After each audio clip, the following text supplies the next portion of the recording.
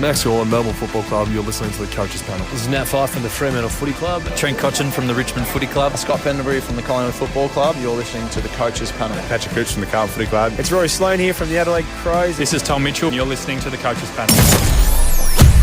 Hey, it's MJ from the Coaches Panel. I hope you're well and welcome back to another AFL Fantasy Strategy Roundtable, where we assemble some of the members of the Coaches Panel, the AFL Fantasy community contributors, and we talk about all the big issues that could be, should be, and need to be unpacked as you head into another week of AFL Fantasy.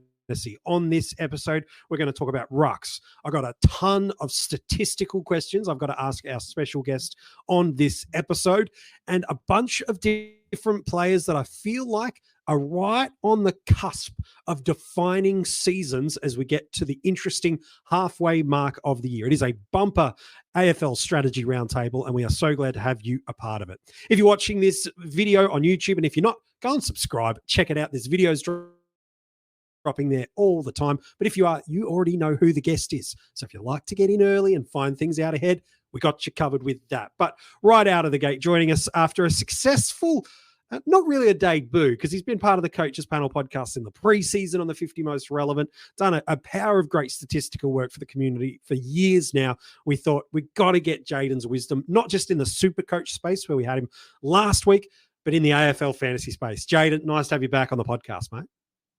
Thanks, MJ. Yeah, it's a great intro. I'm pretty keen to talk about some of the stuff tonight, and I think we can, continue to, break down some of these players and why they're scoring, how they're scoring, things like that.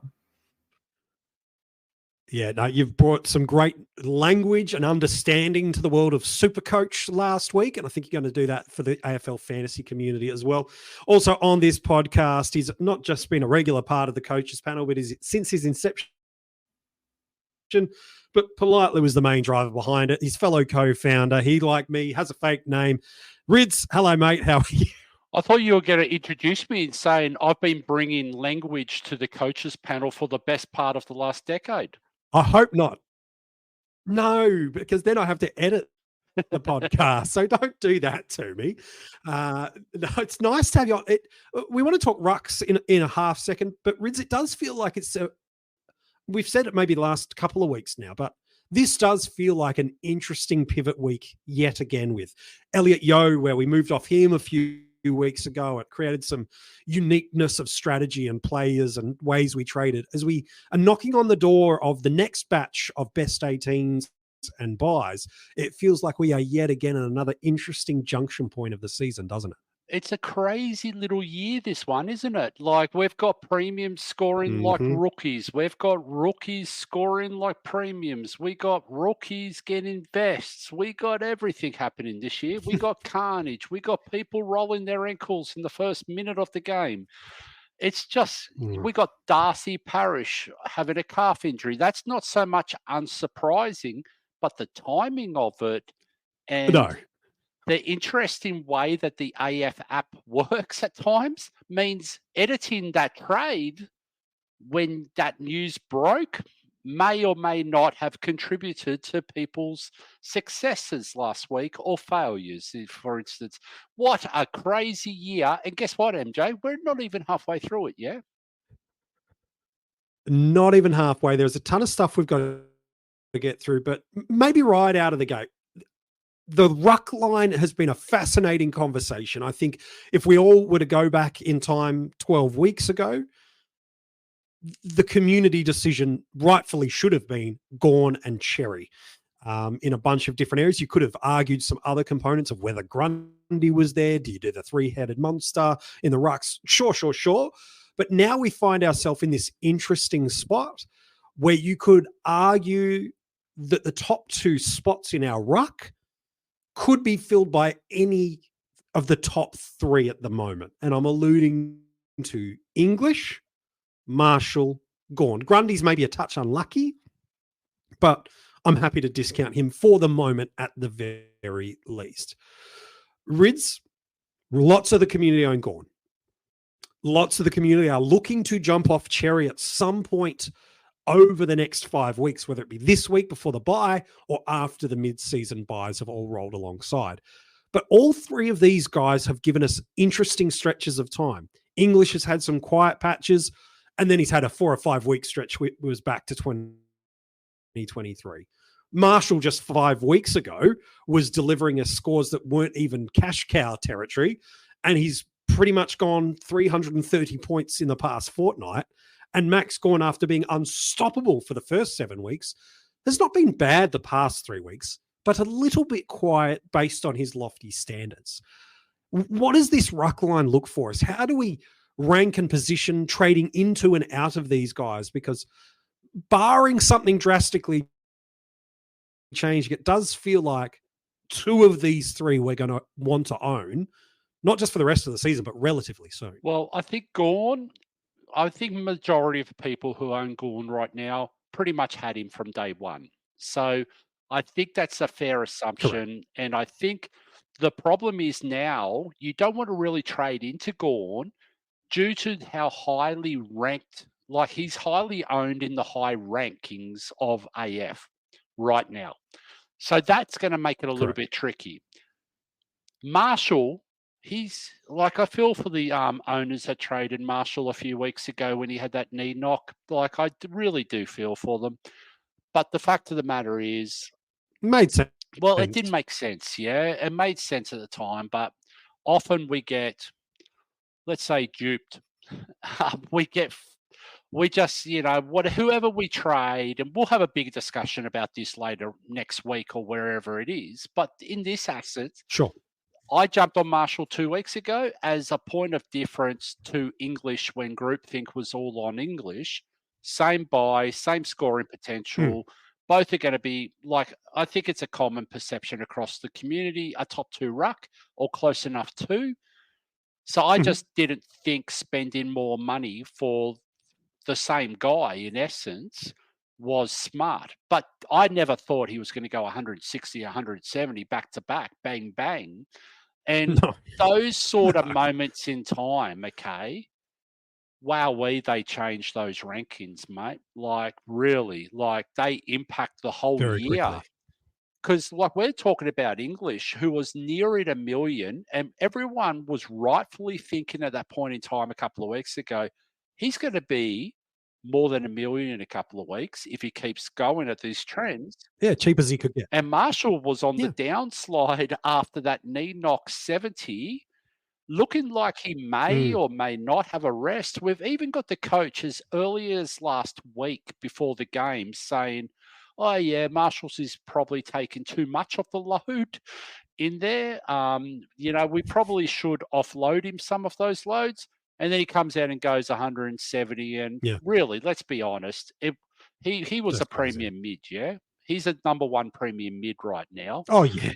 He should be ruck mid. With that scoring, yeah. Like 30 disposals. He had multiple tackles. Even if you took away that 39 hitouts, he's still going at 130 something last week. Like, it's just ridiculous, some of these numbers. And you can't predict that, yeah? Otherwise, we would have all been jumping on Marshall 2 weeks ago. And people would definitely have not traded him out. But, I mean, who? No, not at all. Let's have a look at the other flip, mate. Jordan Sweet. He gets that opportunity to be number 1 ruck. He gets COVID. He then, I don't know, rightfully, wrongfully, who cares, last week was faded, ignored by the coaching staff. So Lloyd Mead can go in and, I don't know, manhandle a young kid plying his trade, trying to learn his thing. Dismantled. Well, whatever it was, in that first half, I've never seen a ruckman ragdoll another ruckman. 2 grown men ragdoll like that in the first half last week. So anyone who's on Sweet, there is a possibility, and I would say a strong possibility that he's going to be back this week. But very high. All you've done, just so you know, Rids, for the past 4 minutes is trigger warning every person that traded into Sweet via Marshall over the past 4 minutes. That's all that they're just shuddering as they're listening to it. But you've got to feel for them, yeah? But you just got to feel for them. But the discussion now... they feel for it, don't you worry. And I know you are one, MJ, so it's okay. I am one of them, yes. But that's good that people know that this was a viable, like, I mean, how many times we say it? You've got to make sound decisions in The logic was right. Yeah, and you got to use that sound logic and sound reasoning when you're making those decisions when it comes to trading. And I mean, you've been playing for the better part of 15 years. You definitely applied sound logic. We know, superstar coaches, goats, the new age goats, like even Mini Monk, like potentially was going down that, like this fooled everyone. So if you were on the bad end of it, you just got to, move on, but you got to not be stubborn. Marshall is going to be a problem moving forward if you're not owning him at some stage or planning to get him. That's the discussion now. So if we've gone flip side, MJ. So I'm going to throw it over to you and Jaiden right now, and I'm going to shut up, okay? But the two rucks that we all want in our completed team as of now, I think we all in agreement. There's three great viable options there in Gawn, Marshall, and English. But guess what? I think it's actually Marshall and one off Gawn or English at this point in time. That's how incredible this has flipped, yeah? Yeah, it's over a period of 3 weeks, it's gone completely different. So, Jaiden, let's talk for people that own Gawn for a second, because those that don't own him, I think Rids has a fairly good summation that they're probably not going to trade into him because they're gaining nothing by doing it until he goes potentially again on a Marshall-esque sort of tear. So talk to me about a Tim English in that space, because he's seen some volatility in his scoring this year, certainly much more compared to last year. One of the things you brought brilliantly to the table for a number of years, but really to the fore in 2024, is an understanding of how players are scoring, where they are scoring, and what that means for the decisions and selections we should make. So talk to me for non-Gawn owners, how they should be approaching a Tim English as a prospect over not just these next few weeks, but for the rest of the season, and what we've seen differently in 2024 to potentially 2023. Yeah, I can understand why people were very keen to get English a couple of weeks ago with that 3-round average of 135 by the looks. I guess when it comes to what I look for when I'm assessing the rucks, obviously rucks are going to score a lot of that points from stoppage situations with the hit outs, with the tackles. But what we do really see in AFL Fantasy more so than Supercoach is the most relevant rucks are the ones that can get involved around the ground. Like, we're not picking people like Jared Witts in AF because there's just not enough value from the hit outs. So if you just look at last year, these three rucks were the best in terms of not relying on stoppages for all their scoring. So it's no surprise to see them up so high again. The issue with English this year a little bit has been his variation has come from stoppage scoring, which is good from I guess it sets him apart because he's got that transition style scoring. And if you've ever watched him as a non-owner, which I was last year, he loves getting points off kick-ins. He just runs to the back pocket. So his transition scoring is fine. But yeah, over the last few weeks, the stoppage scoring has been the issue. He also had a 68, I think, in round 5, and he only did 14 points from stoppages. So the typical rucks are doing, if I just look at the top rucks this year, Cherry's doing 80 points from stoppages. He's comfortably the best. The rest of them are 65-ish. Marshall at 70. Marshall set the stoppage record that I have with 134 the week before against Meek. So for English, the issue is just a little bit, he doesn't quite have that same dominance that Marshall has, and even someone like Gawn has.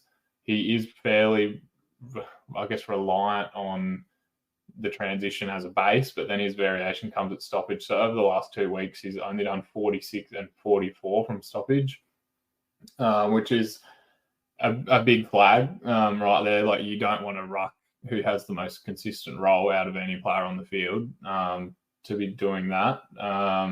And especially against GWS, like that's a dream matchup based on what we've seen this year. So I guess that's the concern with English. You are relying on him to get a lot more outside ball than potentially what you might like. He's not quite having that same impact at stoppages. And that's where his big scores have come from. Like he's only done 60 plus a couple of times, and that's his big scores. And that's something that every single other ruck in the comp is doing. So that's where that average has come down from being the number one player in the game. He's no longer being able to be the number one, because last year he averaged 67 from stoppage, which is exactly this is what most rucks do this year. But this year he's down to just 56. So that's the 10-point drop off right there. Yeah, that explains it. So Rids, then for people, again, let's take Gawn out of the mix for a second, and the assumption is Marshall, if he goes anywhere 110 from here on in, he's going to be right in the mix. It does bring us to Tristan Cherry. If Marshall is firing ahead, Gawn has already gone for people that don't own him. It does feel like, okay, well, English is the guy, but is it worth getting off of a Tristan Cherry to an English type? I think we could argue it on current form. It has to be argued for Marshall, but could you argue that, Rids, that it's not worth the trade of Cherry off to an English type for those that are chasing the Gawn owners?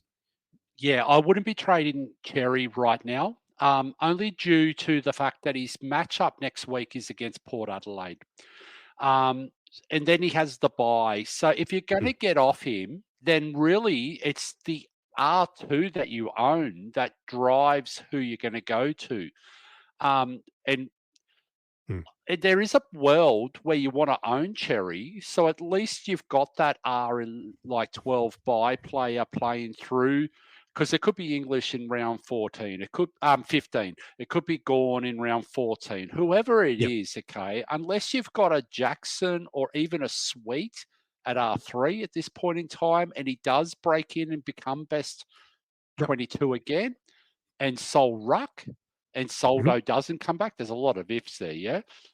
You're not going to likely to have two playing rucks through round 14 and 15. Like, that's the problem we're going to have. So we're going to be having a best of 21 aspect, if this is what it looks like. Cherry is going to be very handy to get that extra score through the buys if you hold him and then pivot off him after round 15 when things are a little bit more clearer with English, with Marshall, with Gawn. But the problem we got, is it's going to be owners like yourself, MJ, that jumped off Marshall at, and I think it was probably about the same price tag now, but the problem is his break even now means he's going north, whereas at the time when you jumped off him, he was going south. So there's that. It's plummeting.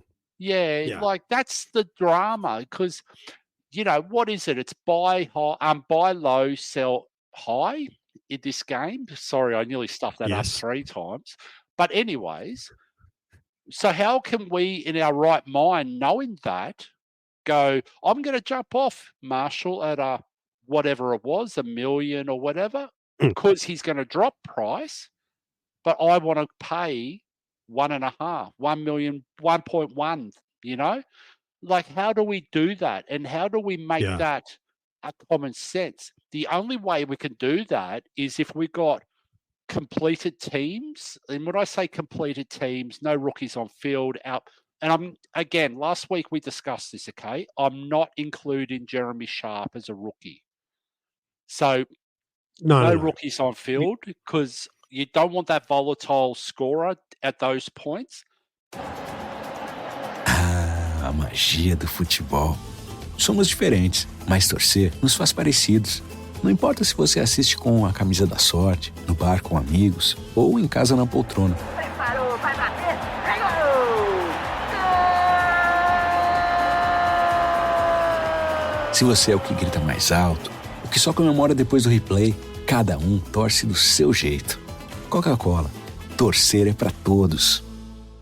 But if your 22 on field is solid, that's when you go into luxury season and you can upgrade to get to the best of the best, if that makes sense, mate. So Yeah, it's a really interesting Yeah, it does. dynamic, but it's a dilemma for coaches because Marshall's going to have a buy after Cherry. So even if you want to go Cherry, and yeah, that's great. It's only 200,000 to do that jump. And that's an easy, rookie to rookie. And we've got a lot of rookies at the moment. Whether their job security is Various fat ones, strong or not, we can probably Sure. milk 200,000 from a Graham to a McAuliffe or Richards and probably get enough cash to go Cherry to Marshall. Correct. But what does that mean for your trades over the next 2 or 3 weeks? And then Marshall has the buy in round 15. And if you've already got English, you're a best 20 proposition, mate. Yeah, it's best true. 18 from 20. Jaiden, I'm score, curious. But you get I it. understand what you mean. So Jaiden, I'm curious. One of the things you do for people that follow on Twitter or X, if you don't do it, seriously, you need to go and do it. Again, some of the stats he's been doing in the community is great. You're always often sharing about your projected scores for the coming weeks. And there's one player that I think non-owners are targeting hardcore in 2 weeks' time as he comes off the bye. But there's a really interesting prospect this week, and I'm alluding to Tom Green. Just 5 weeks ago, I think he was $1 million man, and now all of a sudden he could be potentially, depending on what happens this week against Geelong, 770, 760, or right back over 800,000, depending on the variance that goes. Talk to me about, from a statistical perspective and a projection perspective, what could this matchup be for Tom Green this week? Because it breaks every intellectual rule that I'm only going to get him for a week and then he's on the bye. But is there something about what he could do this week that just might make it worthwhile? Yeah, for sure. And I guess it's not the sole reason, but I actually traded Tom Green in last week. I didn't quite get the reward that I was after, but with a lot of these things, I guess you're looking more at the next month rather than just one game. And if I have the chance to get him now, that's kind of why I did it. And I also had the Parish issue, which I managed to edit, which I'm very grateful for. I guess with Green, so there's a few boxes that tick instantly for me. Just looking at what I've got here for the matchup difficulty this week for stoppage points, Geelong are comfortably the best stoppage points matchup. And that's why I had Noah Anderson quite high in projections last week compared to everyone else. And Took as well. Rao was up there as well. So Geelong give up 75 points more as a team at stoppages compared to the league average. So as the Giants' best stoppage mid, you'd expect a fair few of those 75 points to go onto his average potentially. But yeah, like after running the projections, I've got him at number 1 this week so far, which has actually been a bit of a curse so far this year. They've gone pretty poorly if they're at number 1. So I'm not sure if they're reading it and thinking, oh, okay, I can put the feet up this week. I'll just get a score without trying. But I think, to be honest, I kind of forgot about Tom Green last week, and I had some good people in a group chat remind me that he existed, and he was 800k. So I'm pretty keen on this matchup. Like, it just seems ridiculous that he's there.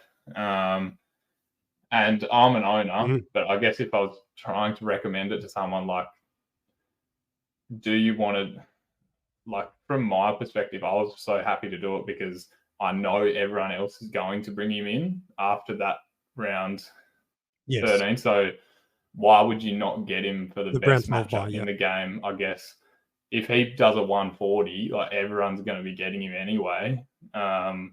but they're not getting that 140. So I think it's a good opportunity to know that everyone else will be trading into him next week. And something you guys talk about a lot is just being 1 week ahead of what everyone else is doing. So I think this is a really good opportunity for that when you know everyone is going to bring him in. And if your buy structure suits, like if you've traded out Sheezel last week, and you've also got maybe the Cherry issue that we've talked about, and maybe you're making the decision of like, am I going it back into Fisher this week, or would I like to go for Tom Green with an amazing matchup compared to Zac Fisher against Port? So like, and there's only $80,000 between them. So like, that's the kind of decision you have to make. And if you trade into Fisher, why would you not trade back into Tom Green? Like, you've still got the same amount of players on the buy. So that's why I'm really keen on him.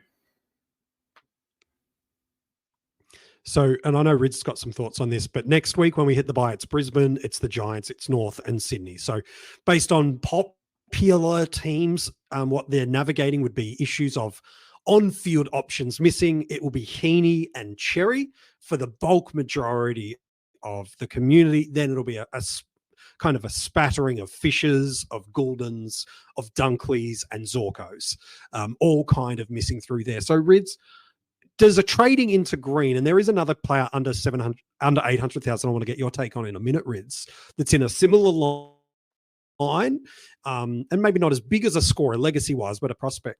Does trading into Green this week really determine more about the round 12 players you have? Or are you like, I don't care, the matchup is so good, I want it? Or third option, nah, you can't trade into a bloke as good as the matchup is who's going to miss next week. Which of those three camps do you feel like you kind of land on? No, well, it's very much, look, it's team dependent, this one. This one's 100% team dependent because you want to maximize your players on the field in your best 18, especially for round 12. And the reason why I say that is because teams will have Goulden, they will have Heaney, they will have a Tom Powell, they will have a Sheezel, they will have a Whitfield. There could be a Zorko, especially all the top teams. Like, that's going to be the big discussion point, okay? And I think Jaiden, I was actually unmuted because I was going to interrupt Jaiden and yourself at the time, but I was so intrigued in listening to what Jaiden was saying because this is what we talk about, okay? 1 week ahead of the game is sometimes in AF we are reactive. It's okay to be proactive, And we played Dream Team for years, MJ, and some people might think we go okay in that sort of format. The thing with Dream Team is that you can actually be proactive and take risks and jump off guys quickly. The problem with AF, with the two trades, use them or lose them every week, is you get punished for being unique and wrong. That's the main problem, okay?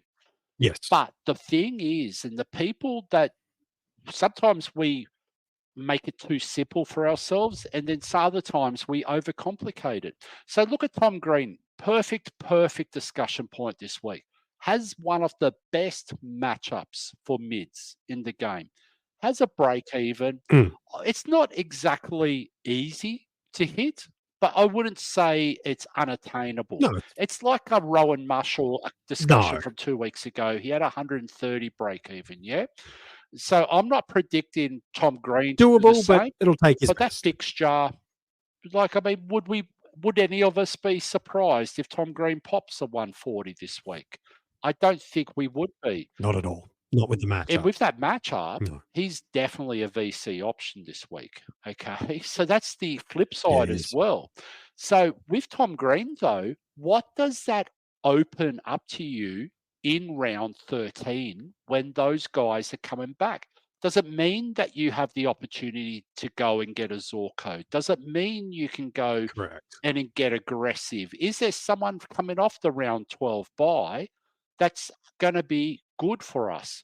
And I'm just thinking back at last week, I mentioned the Nick Haynes. He came out and popped 115, 120 last week. He's actually, I think he was sub 600 at the time. He might present. If he gets another 115, I guarantee you we're talking about how do we fit Nick Haynes into this world. These are the sort of things we have to try and get a bit creative at times and trying to work out how it meshes with your team. But if you've got a Goulden and you've got a Zorko and you've got lots of dollars sitting on your bench in round 12, a Sheezel, a Whitfield, a Heaney, that's a lot of cash, mate. So you've got to manage it for your team. But I can tell you now, if you have the ability for Tom Green, I would even suggest this week, if Sexton and Fisher and everyone else's group thinks that this week, Tom Green should be right next door to them because of the matchup and what he presents to you at round 13 by not trading into Tom Green round 13. And I know there's a lot of unlucky owners that traded into him a few weeks ago when he had that injury. Sometimes you just got to grin and bear it and move on. But no one predicted that. I think it's also pretty relevant that that Sexton and Fisher both have pretty terrible matchups this week. And if that's where groupthink is going, you can see the headlines already that everyone's thinking, why did I do this? They've scored a 50. I'm not going to be that surprised if that happens. Like with that two matchups, like Carlton don't give up any transition points whatsoever. So Sexton, who relies on that a lot, that's why I'm so keen on the matchup. And I'm still going to probably get the other two because I have Green already. But if you're weighing up one or the other, I think, especially Fisher, they have the same buy. Why would you not do it? And how many times have we seen it over the years, MJ? We see someone like a Sexton, that goes and pops 120, and we jump on him the week after, and then he goes 90 or 80, and then we get disappointed because we didn't get the 120. So at least with Sexton, he's got a very friendly buy for us. We can actually make a bit of cash and then jump off him at the buy when we get a bit more information. Whether that's even to a Zorko, who knows how this looks, in a few weeks' time.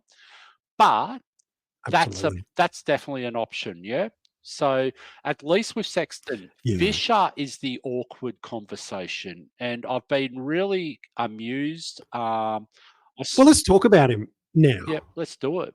Because I've had let's talk about him. It's weird.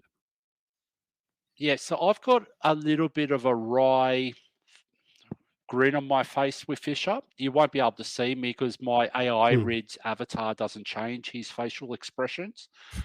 But the fact is, I just don't know how I feel about this. I don't know last week we were talking about Sheezel all week, as the main distributor. How are we going to jump off him because his role had changed? Even last week in the game, we saw one injury to Miller Bergman impacted everything with roles for North Melbourne. Miller Bergman, MJ, who wasn't even the best 22 any of the rounds before last week. This is what we're getting to with North Melbourne. And we talked about that role, let's say, uncertainty, in these lower teams. Volatility, yes. Yeah, so we talked about it, and I think Liam was 100% nails it, mate. There's going to be more of this for the lower teams, the Richmonds, the North Melbournes, whoever else is there, maybe West Coast. Who knows who's in the bottom few teams? Yeah, but you just don't know. But that role is going to change, and it could change in-game, not just week to week. So Fisher, he was fine. He wasn't a great pick. I wouldn't say he was a slam dunk pick to start the year, but he was okay until he got that vest. No, he was fine. He was fine. We weren't going to trade out of him. We weren't going to strongly suggest anyone to trade into him. No. But for some reason, and I know he's popped a nice score and he's had 3 weeks in a row in that role. So we've got a little bit of happiness about that. We've got a little bit of comfort about that. But we do have a Port Adelaide matchup this week leading into a bye. They're the sort of trades I amuse myself with a little bit. And he could come out and score 110 because that ball could be living in Port's forward line all day, If they Absolutely. if they have a bad Absolutely. day in front of goal, he might get 30, 15, 20 kickouts. Who knows what's going to happen here? But this is the one that I would like Jaiden to talk about with his direct correlation from kick-in points and how it all looks. But the other thing with Zac Fisher that I noticed with one of Jaiden's tweets through the week, his transition to stoppage point ratio was off the charts, MJ, last week. And that's the sort of discussion point. Like, I don't know how, I can't see that happening again this week because it was just crazy. But Jaiden can talk to that. Sure. I'll hand it over to you, JP, for some stat reflections on Zac for us. Yeah, you read my mind because I pulled it all up before you even said that, Rids. But yeah, I ended up trading into Fisher last week with Parrish. Trading into him. I guess you are very correct about the Port Adelaide matchup. So this year, Port are 50 points harder than any other team for turnover points. So based on Fisher's, I can talk about Fisher's game last week. I guess it comes down to 110 points in transition. Like, he's never going to be able to get stoppage points really because unless there's D50 stoppages. But he did 77 on turnover and 33 on kick-in. 33 on kick-in's very good considering there was only 10 kick-ins, I think, Essendon gave up compared to like Lockie Whitfield, who did 54 off 16 kick-ins or whatever. So Fisher relied quite a bit on turnover points last week, 77. I'm pretty sure that's probably his highest for the year, comfortably. So that's what we wanted to see, I guess, without McKercher and even Sheezel for half the game. But Port are by a long way the hardest turnover team in the comp, whether that's just because they just go straight through and kick a goal. And we saw that late in the Hawthorn game. But they are moderately okay for kick-in points. Like, they are scoring well, Port. They're a top 8 team, so they should be scoring a lot. That's where it's going to come down to the moving parts of the roles that has been mentioned before. Like, meu nome é Cairo Santos e eu sou o kicker e único brasileiro jogando na NFL. Cada chute, cada jarda conquistada, cada passo me levou para mais perto dos meus sonhos. Agora, a cada R$200 em compras com seu Visa cadastrado, você tem a chance de ficar mais perto do sonho de assistir ao Super Bowl 59. E usando o seu cartão de débito, você ainda concorre a prêmios diários de até R$1.000. Não importa o tamanho do seu sonho, dê o primeiro passo. Visa, apoiando seus passos aonde você quiser chegar. Powders. McKercher's not going to play, so that's a tick. And then it depends what happens. Like, Bergman's out for 4 weeks. He was always going to have a bit of an effect back there because it's what he's done in the past. But the kick-in points are there, so you are right, Rids. If that's what you want, then there you go. But the thing that worries me is that turnover, which he relied on a lot last week. 77 of his points coming from that. It was back and forth a game. So if that doesn't happen, then he's pretty stuffed, and we couldn't see a 60 like you said. So you think about it, MJ. Let's just put this into perspective, okay? He had 110 transition points. You think about the best forwards in the game, and there's 3 of them at the moment. Tell me what they're average in a week. This guy had 100. So the 3 you're alluding to is Zorko, Heaney, Flanders. Correct.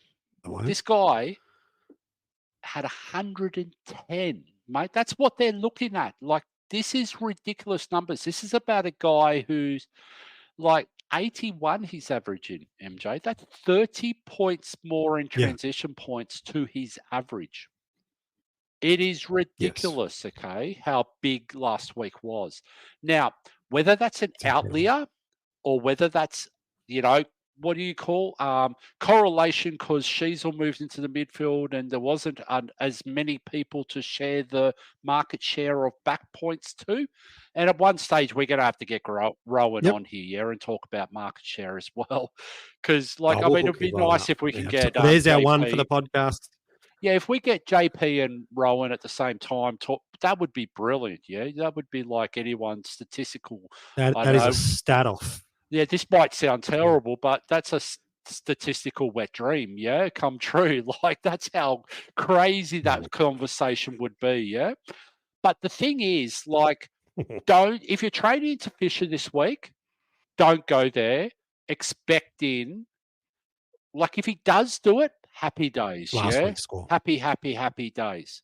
But it is big. Those numbers are huge. Now, whatever happens will happen. Yeah, you've done some great unpacking of that. Sure. But yeah, the thing is, that's good. I think you've helped us. There's going to be a direct correlation here. Sheezel. What's going to happen with Sheezel moving forward? What happened last week when Miller Bergman was injured? Like, who have North Melbourne got to inject in the back line to replace Miller Bergman? I'm 100% believe Clarkson, mate. He wants Sheezel, midfielder, mid-forward. And that's great. We get that. Yeah. Okay. But are we reacting to roll too much in this instance? Because Harry Sheezel is a stud of a player anyway, yeah? He might actually be a 95 to 105 mid. And guess what, mate?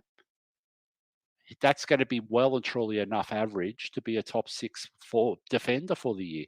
So, I mean, let's not go jump in at shadows 100%. Too much. Let's try and keep it a sound conversation. But I get it. I get the thought process, and I actually like it. And we'll go into bigger depths next week, but this week now is like maybe JP has some stats with Sheezel there.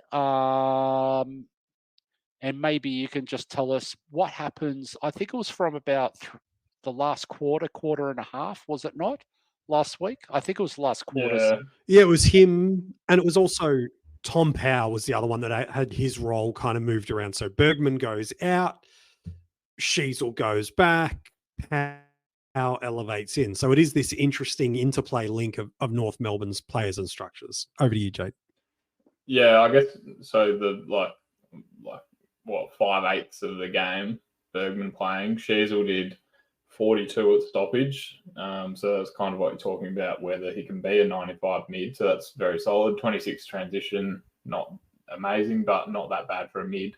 But then after that injury, halfway through, he did 2 stoppage points and 49 transition points. So 51 of his points came in that last third of the game, which is why he did so well. Like, it is a consideration, because I held Sheezel due to the Parish bigger issue. And is it a consideration now for me to still trade him out if we see the same kind of team selection? Like, Bergman came in last week and that was obvious that Sheezel was not going to be playing back there. Are they going to bring in someone similar to that? Like, is he still a trade out? Because it is a little bit worrying that he scored so many points in that, I guess, last third of the game. But the 42 stoppage is all right. Like, I'm not massively worried. And I think, if you were going to do it from a cash perspective, then it would have been last week that you wanted to do it. So I'm not really sure whether I will be getting off him just yet. I'm probably, at the moment, I'm more keen to get off Lockie Whitfield, to be honest, with the fixtures ahead and that same buy. So that's something I'm weighing up. I guess Sheezel can be that 95 kind of guy if he's doing that stoppage stuff, but North aren't a very good stoppage team, despite the massive amount of centre bounces they allow in their games because of all the goals. Sheezel only did 14 points from centre bounce. I'm not sure what his attendance was, but if he only did, he's going to need that stoppage points. And I've talked about it in the past. Like, you can't just move into the midfield and score well. Like, you need to be that kind of dual position type player where you score well as a transition defender, which Sheezel definitely was. He was doing the 110s back there, 120s even. But then you also need to have that flexibility in your scoring. And I haven't actually run it this year, but I'll be keen to look at it soon, just like whether he can convert his transition scoring into being a stoppage scorer and how that relates to his role. Because there's been players in the past that have gone into this midfield role and they haven't quite developed into that. Like that stoppage scoring isn't outweighing the scoring they're losing in transition from being a defender. So that's something to consider. Yeah. So one thing that I saw on the weekend when I was watching North Melbourne, and I really tuned into North Melbourne and I really tried to focus on Sheezel, okay? Because I'm in the same camp. I held him last week. I wanted to see what do I want to see to get off him, yeah? Unfortunately, he didn't answer any of those questions. But what I did see was he was burnt 20 times, I reckon. And 10 of them were probably by LDU. LDU wants to beat everyone when he gets the ball and not share it around with his teammates. And that's cool, yeah, because every team has one. But he did really burn Sheezel many times. There was also an incident in the first quarter where it could have been a hold in the ball and Sheezel kicked the goal, but it was paid a free kick for in the back. Whether it was and wasn't, it doesn't really matter. But that's a 17-point turnaround just there. Because if that was paid holding the ball and then he got the goal, that's 14 points. But instead, he got a -2. Now, it's interesting because those little swings that we sort of over, like if you're not watching the game, you do miss it at times.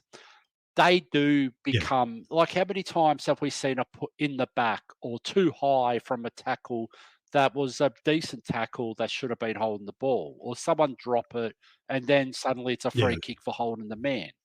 Like we see it all the time when we're watching the games. 7-point swings very easily. Well, 11-point swing, mate. Like, holding the ball, which is 8, if you have a kick afterwards, compared to a -3, and they happen all the time.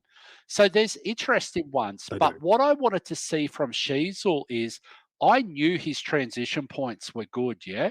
And so Jaiden's done a brilliant job here. What I wanted to see was the ability to go 40 to 50, 45 to 55, with stoppage points. Because we know if North Melbourne are on song and use the ball well and use him, and I'm sure this is an escape in the coaches' visions when they do reviews and everything else.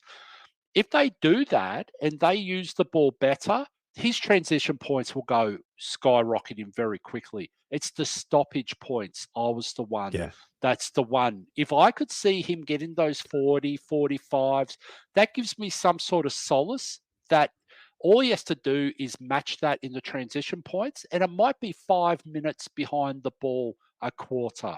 And he's got the ability to do that in spades in a game of football. That's a 90 average just there. If it's a 50-50 split, that's 100 average right there. That's what we're looking for, true. Because Jaiden just said it then. His transition points were through the roof with the right role in a quarter and a half. It's like we know this. We've seen him do it since round 1, yeah? Yeah, no, we have. In a minute, I'm keen to get Jaiden from a statistical perspective, and then Rids just from a pure football perspective. I want to get your boys' thoughts around Jack Steele. There's a likely incumbent to that midfield unit in Brad Crouch coming this week, back from injury, dominated the VFL. In a minute, I want to get your boys' thoughts around him. But before that, I've got to rewind the clock a little bit. This time a week ago, there was a player that was low 700,000s. That was the, many would say, must-have, but an absolute no-brainer pick in Clayton Oliver, a guy that's got legacy of 100-plus scoring, was, relatively speaking, through a heavy tag. I think owners would be pretty happy with what he gave them, given what they paid for him. But there's a player that was in a comparable price point this week that is not getting anywhere near the love. Granted, he doesn't have the scoring legacy of Clayton Oliver over a period of time, but last year, scored like a premium for us in our defensive line, is mid only this year and has just come back from an injury. Rids, talk to me about Will Day, because at 724,000, I know the break even of 84 doesn't excite incredible cash generation, but is he need to be viewed the same way we were viewing Clayton Oliver last week, but for this week? I think so. I really do, because it's the same sort of story. Yeah, we know his start to the season hasn't been ideal. He's coming off injury, like he's had a little bit of a lack of momentum. He took a couple of games to really build his fitness up a bit.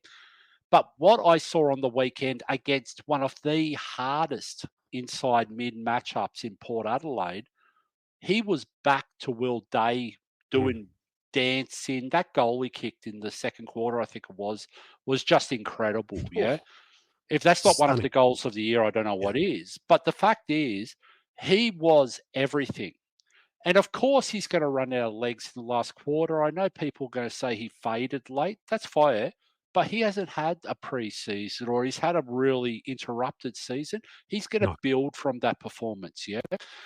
So in those conditions with the rain and the slog and such a tough matchup, and I know that Ollie Wines went off, early, but it's still a tough matchup because there's the William Drews there. Tough matchup regardless. We've got Butters. We've got all the others. Boak, Butters, Horn Francis. 720,000, mate. Like, that's ridiculous price, yeah? And this guy, he's a 95 mid, I reckon minimum, all day, really. Or Will Day, that is. But this guy is a gun. And he's a great guy to own. We all were on that journey a little bit last year. We know what he's like, and we saw a different Hawthorn with a functioning Will Day in the first three quarters. It's just a different chalk and cheese matchup. Well,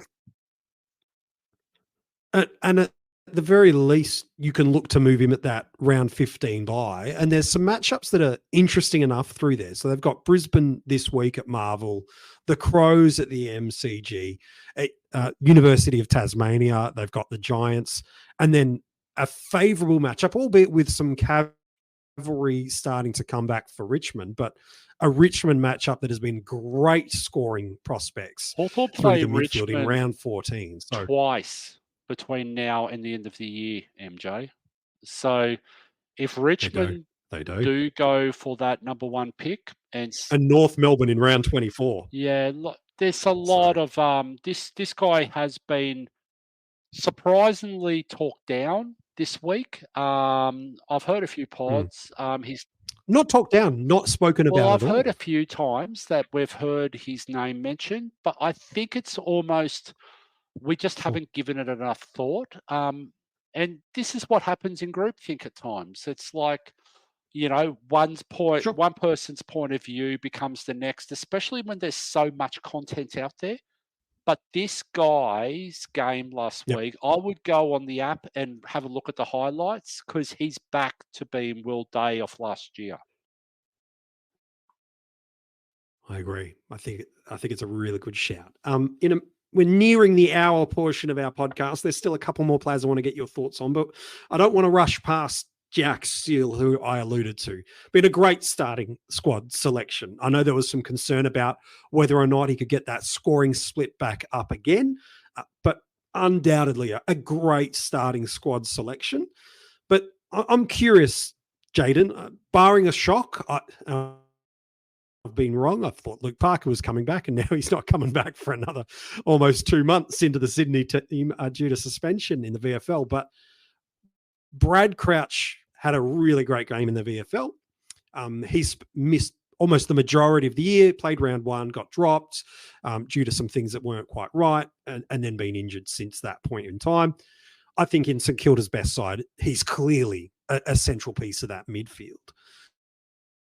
Does a Brad Crouch and the way he scores, could and will that impact what we see from Steele, who, while he's been scoring okay over the past couple of weeks, there have been some, it feels like there's a few paper cracks just starting to emerge in some of his scoring. does a Brad Crouch coming back in based off 23 data at very least impact what we could expect from a scoring for Jack Steele moving forward? Yeah, I do think so. If we look at... Não é tempo técnico, mas é intervalo aqui no podcast. Já imaginou se seu time tivesse um seguro para não perder nunca? Pois é, isso não existe. Mas com a Zurich Seguros, quem não perde nunca é você. Na Zurich Seguros, os planos se adequam às suas necessidades em qualquer momento da sua vida. Seja seguro de auto, residência, vida e muito mais. Diferente de alguns times, na Zurich Seguros você pode confiar. Para saber mais, acesse zurich.com.br ou consulte seu corretor.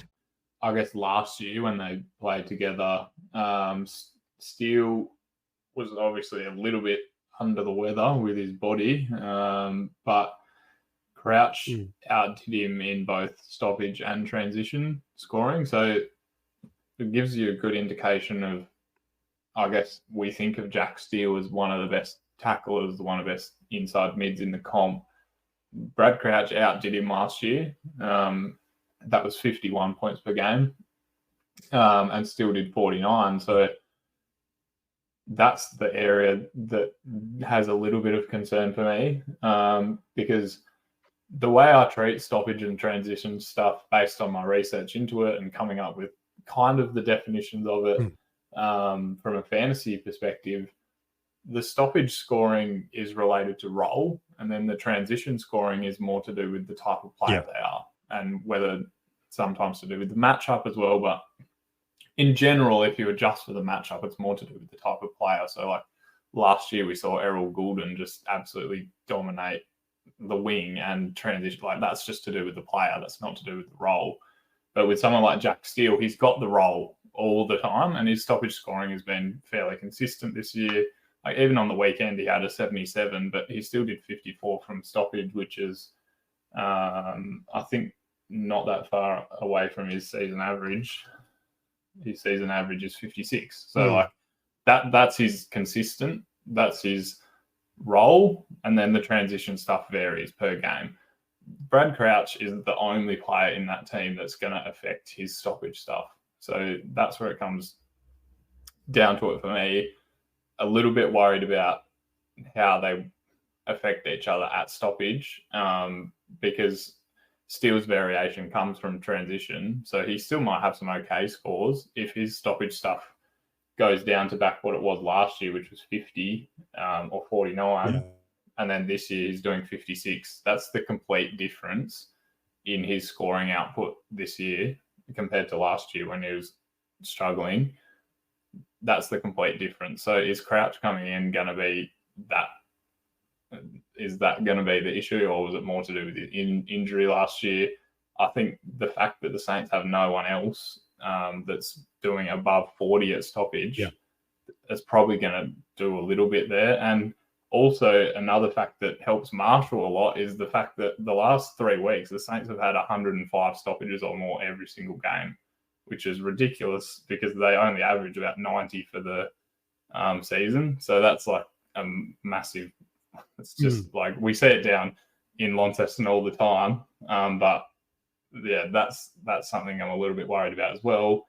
Is he only doing the stoppage stuff because of the high stoppage recently, which helped him get back to decent scores? But then we're going to see his second fiddle come in and do a very similar role. There's only going to be so many points around those stoppages, especially if the total number of stoppages comes down. Yeah. And the other guy is Windhager, who's now moved to an inside midfielder role. Yeah. So if I call out Windhager, Crouch, Steele, there's a sameness, isn't there, in those three? There's one guy that made his debut for the club last week who provides a little bit of burst from stoppage, and that's Paddy Dow. So how this all works in a team that's been very underwhelming this year, there is potential, okay? Now, we keep thinking of Jack Steele remembering the first few games, yeah? Like, we're thinking he's been great, he's everything else. He's only averaging 107, MJ. So, like, this is and I say only 107, but that's a little bit of tongue-in-cheek because tongue-in-cheek. I think he's been an awesome starting pick. There's no question about that, yeah? Agree. But since, I think it was, what was it, sorry? Let me just quickly double check. The last 5 or 6 rounds has been very underwhelming. Like, there was been in contrast or 2 to the really, start of the year. Yeah. Because you think about it, since round 6 against the Bulldogs, he's gone 87, 72, 100, 137, 137 against Hawthorn. Again, high stoppage game. He's the only one in there eating that market share of the pie himself at that game. And then you look at Fremantle. Yeah. Brad Crouch has to impact Jack Steele. Has to. So what does that mean? I have no idea because we're already seeing only 3 weeks ago a massive bandage on Jack Steele's knee. We've got history last year of Jack Steele have carrying that injury through the year and impacting him. Like, we need to be having a bigger conversation about this guy. I think so. Well, he's gone 93 over his last 5. But I just want to highlight something, MJ. Last week, I get it, okay? We all play the break-even game, rightio. I get it. Harry Sheezel's break-even last week was 166. But have we missed some obvious signs of other guys? And I know sometimes it papers over the cracks. Steele did that 131 against Hawthorn 2 weeks ago. Well, I know Bontempelli went 120-something last week against Richmond. There is times when that matchup is very favourable and all of the stars align and there's high stoppages or the grounds come in or the weather impacts it. Like, there are times when these guys actually come out and, have those pop scores. But are they the same guy as what they were last year or at the start of the year? And they're the ones that we got to be really cautious on because sometimes if we're only looking at stats and scores, we miss some of the obvious signs, Yeah, it's true. I want to talk about some forwards in a second, but while you brought up on, I think it's worth mentioning, last week's score was the worst AFL fantasy score he's had since the COVID-affected season of 2020. So that's how far off and how well he got tagged this week. But regardless of that, he's nowhere near the 115-plus guy that he was last year. It feels like he's returned to normal, for sake of a better phrase. And his Supercoach scoring, while we're not talking about Supercoach on this episode, he's back around that high 1-teens. And now it feels like, with the exception of this heavily tagged, lowest score in probably 50, 60 games of football, maybe more, he's back to this 100, 105 guy. Is it worth even going anywhere near him? Or, as you've said, Rids, is a couple of fixtures just protecting what's been a good season in a football sense, but certainly nowhere near from an AFL fantasy sense, why people thought he was the safest option of all our top-end premium mids? We had 2 rounds in a row, okay, where he sat on the bench in the last quarter where the game was in the balance, and he sat on the bench for 7 or 8 minutes of the last quarter. If you told me that last year... the ball just got stuck on the other wing and he couldn't get there. Yeah, but we make up stuff at times, yeah? We go, the ball was on the other side. There's still opportunities to roll someone on and off, and you could still be standing on the sidelines, cheering someone, waving your hands, trying to get on. I saw shots in those 2 weeks of him just sitting on the bench. Like, I think one of them, he was drinking a drink. He was like, this guy is playing injured. I think we all know that. I don't think the club is going to be transparent to tell people that. But what does that mean? Does that mean he's going to be full hell and going at it in the midfield? for the whole game, or are they going to start looking at protecting him by pushing him in forward and sitting him on longer rotations on the bench, starting games in different positions to where they are? They're the things we got to watch, because they're missing the number one clearance guy for the team right now in Tom Liberatore. Like, there is no common sense approach to Bontempelli not playing in the midfield right now all the time, especially when the game's on the line. So they're the things we have to really keep in the forefront of our minds. Is he a good buy-in? Yes, because of his price tag.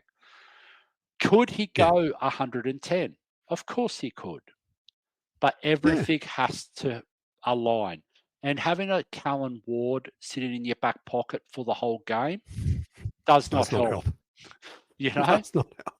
So, but he's such an interesting conversation point, Marcus Bontempelli, because there's something not right. Yeah, we've been saying it all year. Owners have been saying he's been up, he's been down. It's not the same Bont.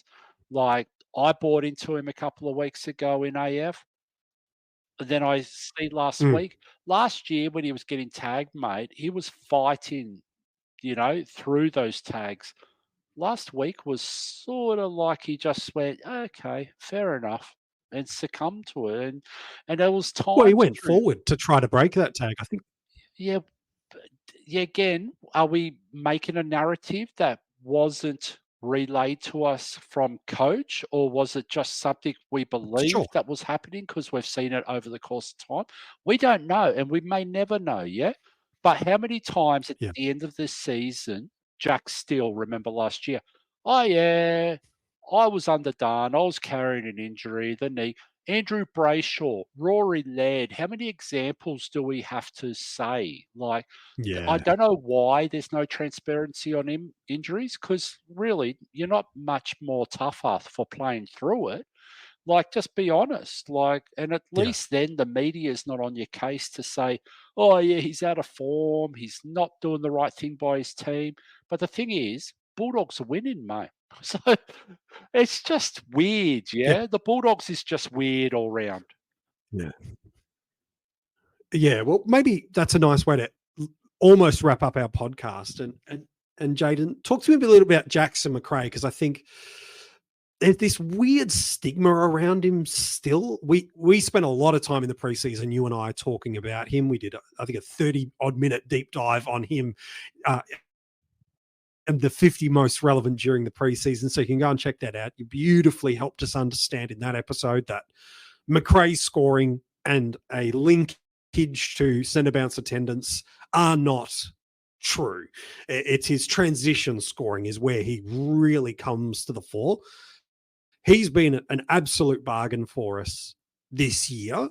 And yet we sit at a guy that we make those statements. Yes, there's a sub-affected in that, but not averaging 80, break even of 102, under 800,000. And there is a level of not lament, but a little bit of frustration for owners in the AFL fantasy community. It's like, this wasn't worth trading into him 2 or 3 weeks ago, outside of that 1 or 2 nice matches almost a month ago now. Did we have faulty expectations on Macrae? Or is it that we just need to reevaluate what we should be expecting from him and our forwards in general? Yeah, I lean towards the latter, and that's something that I was very open about in preseason on our episode, because you're not going to see the same player that we've seen the last decade when he's consistently dropped off in the transition scoring. So I guess it does come down to expectation, and I did trade into him, which I never thought I'd be doing, because I was never going to start him. I didn't want a piece of him at all because of the way that his scoring has gone. It wouldn't have even mattered if he was playing full mid, because, but at his price, no, definitely. But I did end up getting him a few weeks ago, and part of that was Rids saying to me that he's the easiest trade-in we've ever seen, which is fair enough, because he does actually have the round 15 buyer. And I've seen a lot of people weighing up like, if only I went to Zorko instead, if only I did this. Well, that buy is still next week. So I think it's been a fine play. Like, you're still getting a fairly consistent scorer. Like, he's not, I mean, it's not amazing, but it's just perfectly fine. And something that I've been thinking about a lot recently is, like, if I'm making all these moves around my buy structure, why am I assessing how well the move went before the buys have even started? So I think it comes down to a lot about the expectation. He was never going to be this guy that he's always been. And that's why I was so against starting him all year, even before the hammy. But people just need to understand that he's not getting the same amount of outside ball. Like, he used to be a 105 guy 10 years ago off no CBAs at all. Like, he used to do that. And he just because he can't do it now, don't blame the coach. Stop going on about Bevo, all these things. It's just the nature of his career development. Like, he's on the way down, but his stoppage scoring has been decent. Like, he's done 36 for the year. It's a decent floor. Solid for him. So, like, I just think people need to assess their expectations for him. Like, you need to have a good, and I guess it comes down to your trade reasoning and things like that. Like, I've traded him in for the buy, for the round 15 buy. Like, that's the reason you've got him. Don't be annoyed if Zorko's out here doing 140 when you made that decision based off your buy. So things like that, you need to have your expectation aligned with, I guess, what you've seen. And that comes back to me as well, like with projecting scores and stuff like that. If you have your expectations set, then you can't really be disappointed if things go a different way, or like, it's just all about, I guess, what you want to expect from Macrae, and then just get him through to the buy and then trade him off to whoever you want. That's my goal. Yeah. The interesting thing about this, MJ, is in his last 5, he's going at 89. And I know that there's 120 score in that, but we still can't discount that, okay? At the time when people bought into him, he was like 70s, priced at 65, 70 or whatever it was. We didn't buy into him at 900,000. There's a reason why we bought into him at the time, because it was an easy jump from a bench rookie to a Macrae type thing. But I really do think the expectations need to change a little bit. And I think one of the things I said to Jaiden when we were chatting about a few weeks ago was just manage your expectations. You know, if you think he's going to average 85, then it's a good pick if he's priced at 70, because that's 15 more than what he was priced at. That's actually 15 points of value. Yeah. Like, so if that's what you're going to get out of it, then that's great. If not, okay, that's fine. We're still going to manage the buys. We're still going to jump off him at round 15. He was an easy buy at that point in time. But what happened was 2 weeks ago, you think about it, mate. Kennedy's had a sub. We've had Baker, who was a very big discussion point, now missing a few games. We've had guys like Jake Waterman in the last 5. He's going great, mate. What does that come from? But can we really trade into a guy that's got concussion issues like just only a week ago and missed a game? Like Brian Myers, was there any value around that sort of buy-in? Like, do we want to spend $1.5 million, like over $1 million on a 35-year-old with soft tissue injury history with the first buy? I know that we're going to have to at some stage, but do we really want to do that in the first part of the season and break our trade cadence as we move forward? And that's the battle, It's that really the risk versus the reward. Like, what does it look like for the next 2 or 3 weeks? But Jackson Macrae has done his job. But guess what? If you want to trade out of him, fine. That's no worries. Just make sure you trade into a guy who's already had his buy. So you've got that extra score potential in your best 18 for that person you're trading into's buy. Just be aware of what you're doing and make sure that you're going to try and manage your team that you can actually make 3 or 4 extra trades and upgrades later after doing that. Yes. No, that's some good advice. Hey, we're going to wrap up the episode in just a second. Before we do, we've got to check in on the AFL Fantasy Content Creators Cup. We're a part of that with a bunch of some of your favorite AFL Fantasy podcast and video episode makers. If you want to know how it all went down for some of the coaches panel last week, well, Rids is back on the winners board again, and I'm glad you are, because you talked a big game last week that you'd be able to take Hef of the Keeper League podcast, and you definitely got him done by a couple hundred points. So thank you, Rowan Marshall, for getting you through that one. That's handy when you got the VC on him, mate. But so also, nice work there. Just with Hef, I want to give a call out here, because Hef was one of those coaches that unfortunately wasn't able to edit their trade with Parish News due to DPP being used in the trade. It's just unlucky, and he ended up getting a Jai Clark on for Parish, and he missed Sheezel, who he would have fixed, obviously. That's awful. That's 100 points right there. Yeah. So, I only talked it up last week because it was a bit of banter, a bit of fun. But the fact of the Hef's a matter good is, dude. He loves that stuff. Yeah. But the fact of the matter is, that's just, you can't control that. That's just yuck. Yeah,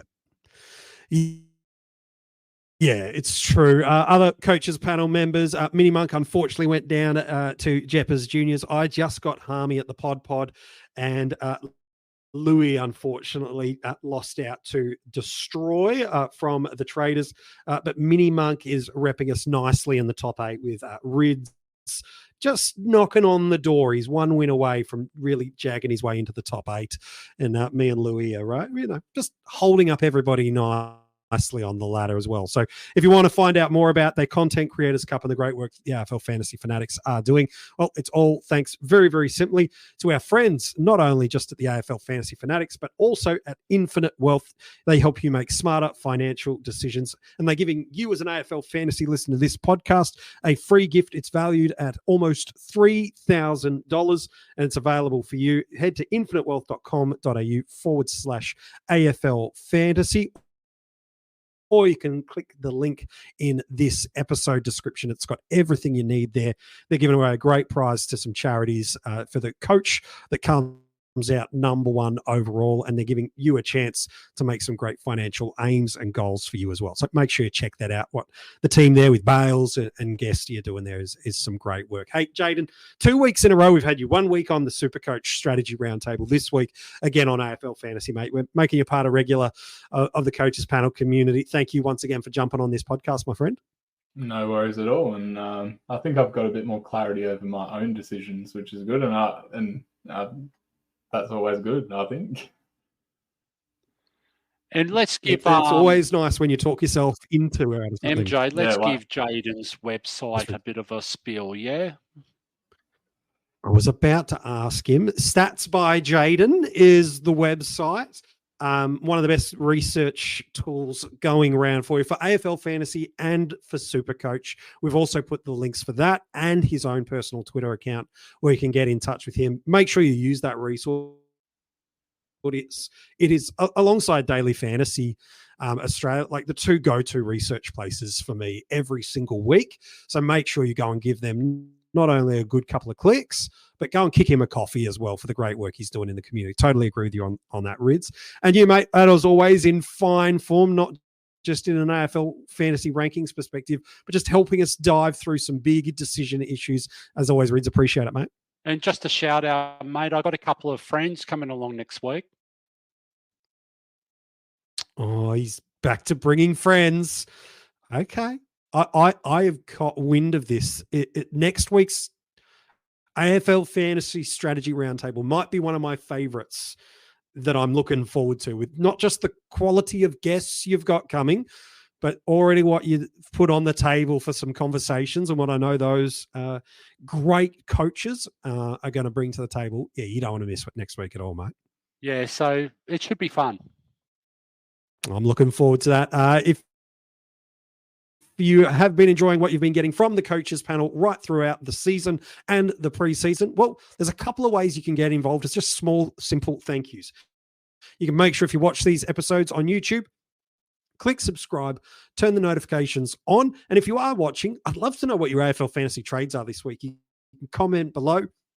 Let us know. I'd love to see the moves that you're making. If you're listening to this as an audio podcast, you haven't subscribed or given it a 5-star rating yet, the good news is it takes just 3 seconds to do those two things. Simple and easy and greatly appreciated. If you're listening on Apple Podcasts, give us a 5-star rating and you can write up a review. If you do that this week, I will read it out on next week's podcast. So if you want a bit of a shout out, you got a week, my friends. Put that 5-star rating in your little review and I will read it out for you next week. And then, of course, our loyal and incredible Patreons get some amazing content. Well, not just week round, but daily connections with members of the coaches panel. They can get up to 4 podcasts a week from us, Q&As, round reviews, a bunch of other exclusive content from as little as $2 right up to the $10. There is a bunch of different tiers. There is one I guarantee that is right for you. If you want to join the Patreon Coaches Panel Army, all the details for that, Jaiden's website, taking the granted for granted, the infinite wealth link and everything else you need are in the description of this episode. Good luck heading into round 11. We hope it is kind for you. I hope your rookie roulette of the last few you've got left on field work out nicely. Your VC early in the week pops, so you don't have to worry about the captain. And I can't wait to be chatting with you next week as we talk about AFL fantasy during the middle of the buys.